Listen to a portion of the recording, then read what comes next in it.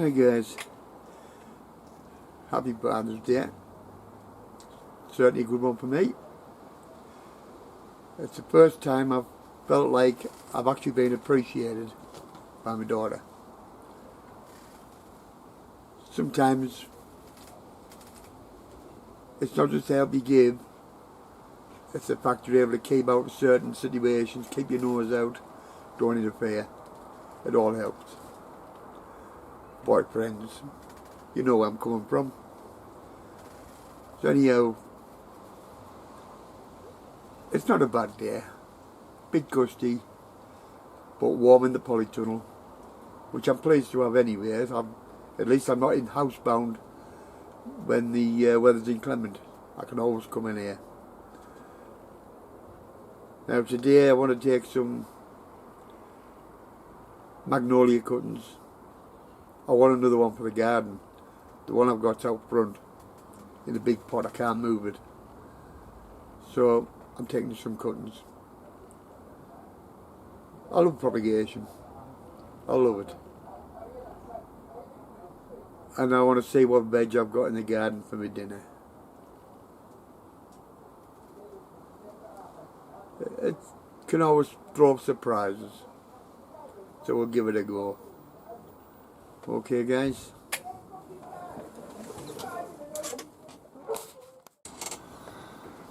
Right, so I'm taking cuttings of magnolia. Magnolia Solangiana, big tulip flower, lovely flower. I've only got the one plant, I want more. Now, you need your cuttings between 6 and 8 inches long. What I do is snap them off the branch and cut off at a node.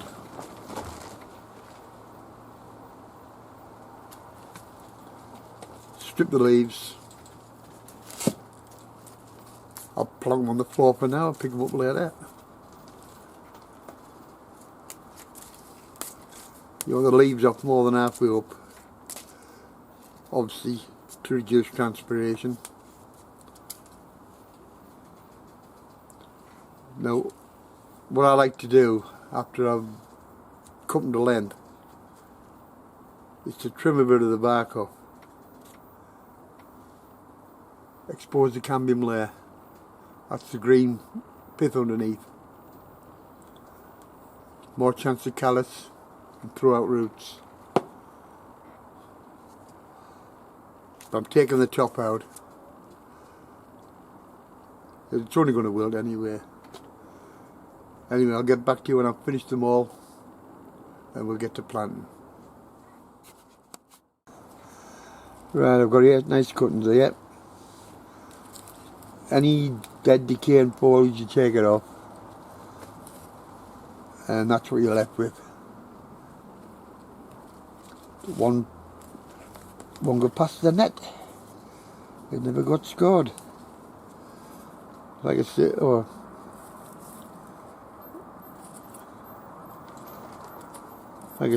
just expose the cambium. As long as that's shown, help with callus more. Now the compost, it's just my basic compost mix, but it's 50% sharp sand, so it's very gritty, good for rooting. So it's a case of just dip them in a bit of rooting compound, stick them in. Just make sure the rooting compound's all the way up that cambium layer.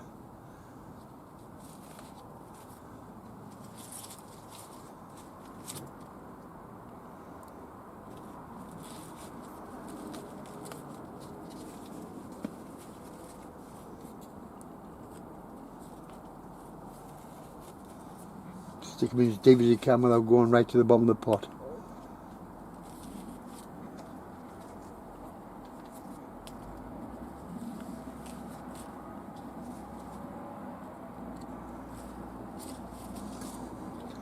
I normally just stick to the edges of the pot, the root better, but a couple extra plants in the centre.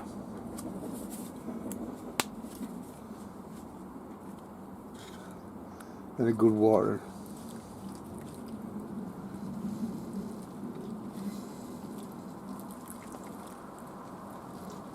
Water gone straight through. There's actually mixed with perlite in here instead of vermiculite. Only because it was cheaper to buy. No other reason. I do like vermiculite. And I'm hoping this is big enough.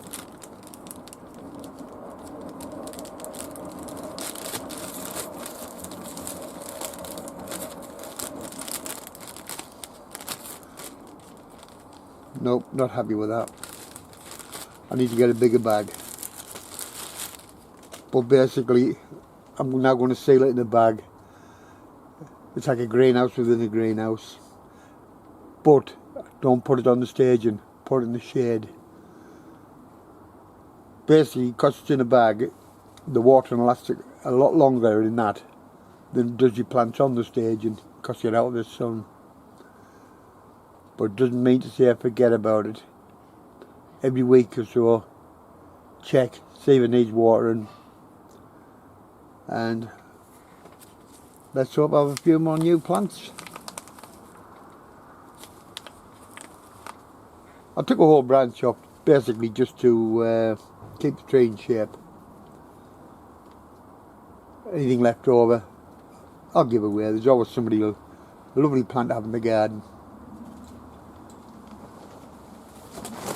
Now it's just a case of labelling. Done. And in. Now just need a cover, put in the staging, couple of months, we'll see if it's rooted. Might take a bit longer, I don't know. And I don't care as long as I get roots. Well, by far the biggest problem I've had this year is rats. And you see what it's done here. It's completely bit through this plant. Completely bit through.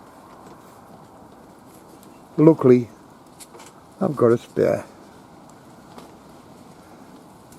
Normally I wouldn't bother, but these seeds were sent by our friend from Cuckoo Cottage over in Ireland.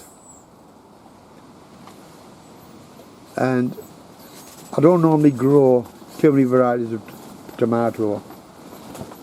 I basically like my salad come sandwich tomatoes. I like to chew on the odd cherry tomato while I'm in the polytunnel. This one is actually, I've got a recipe in mind I've seen from YouTube about stuffed tomato. I thought these are going to be big enough to do with no waste. And the variety, Garden Monster. Now there wasn't very many seeds germinated out of the pack, so what I had I want. So I'll get this one repotted and hopefully the buggers will leave it alone. Right, I plant my tomatoes much the same way as most of you. I like to get them as deep as possible.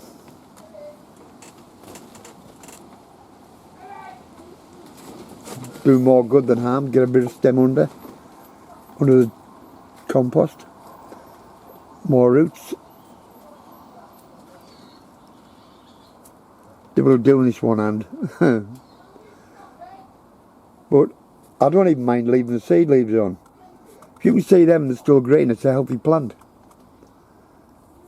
There's no need to chop them off. Just let them decompose in the compost when they're ready. But that's basically about it. The compost itself is just actually a bag of compost that I showed you a video or two back. I said was crap.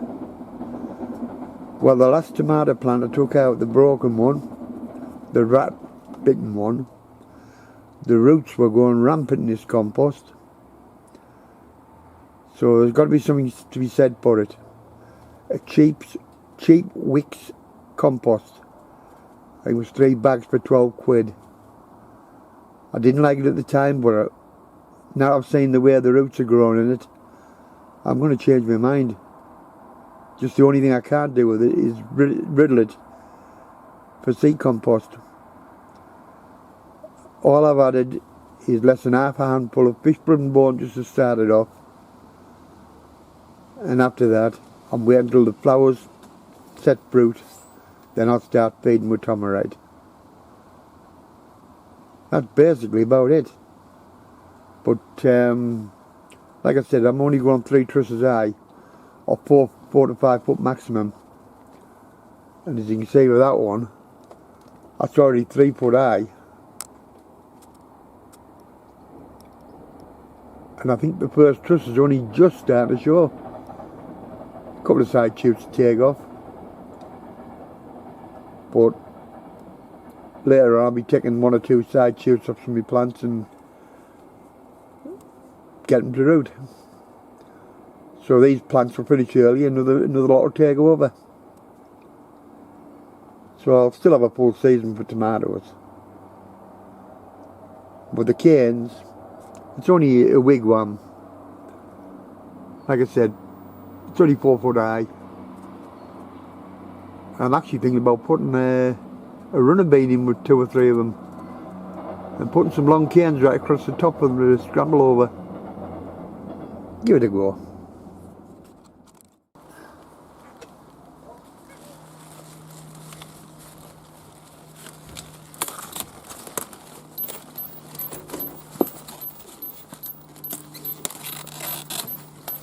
Good God, the size of them leaves. Oh, lovely. I love that.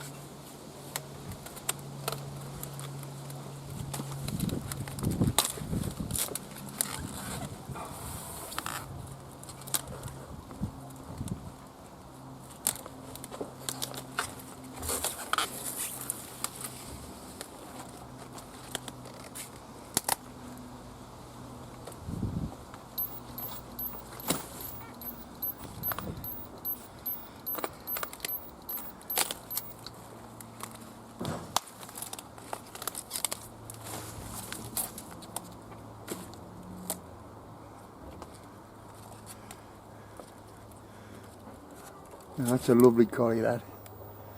I'm well pleased with it.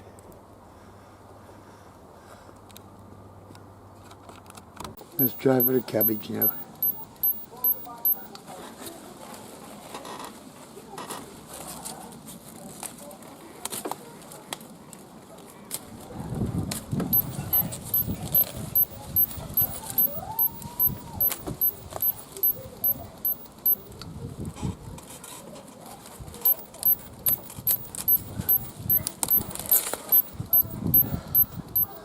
Yes, that'll come for dinner. Be tidy outer leaf. The rest will cut up nice. No caterpillars, nothing.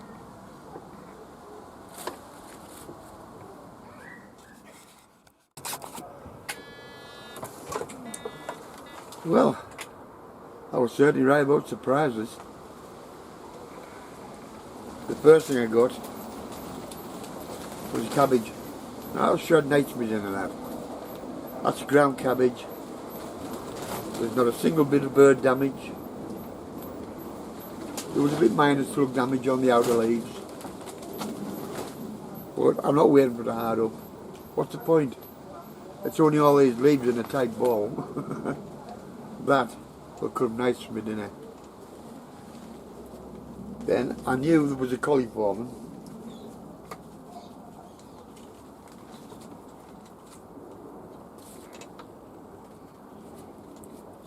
What a beauty, I thought. I got this out, I noticed the cauliflower behind it.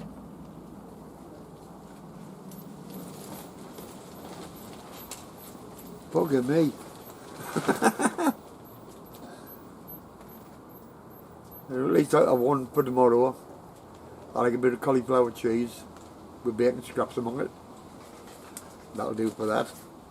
This will do for this roast.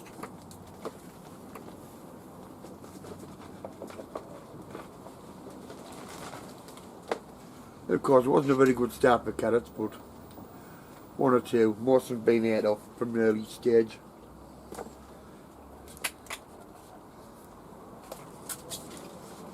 I want to see the wife's face, so I'll take them collies in. But last year was a bad year. Things are starting to pick up this year for us again, mainly because I'm not in and out of hospital too often. I'm keeping up to date with watering. With collies, the main thing is, as long as your soil's fed when you plant them, keep them watered.